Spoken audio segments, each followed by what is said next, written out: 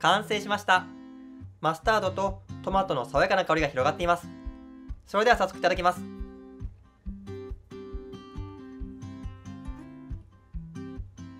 コンビーフが絡まっててね、とっても美味しそうです。それではいただきます。おいしい。コンビーフの旨味とマスタードの風味、これがね、めちゃくちゃよく合います。そして噛んでいくうちにトマトの果汁が混ざり合って、次第に爽やかな味わいに変わってくるのもね、最高です。また今回は粒入りマスタードを使ったんですけども、粒のプチプチ食感もいいアクセントになってます。今回ミニトマトは少し切りましたが、あとは材料を混ぜて茹でたパスタに和えるだけととっても簡単に作れます。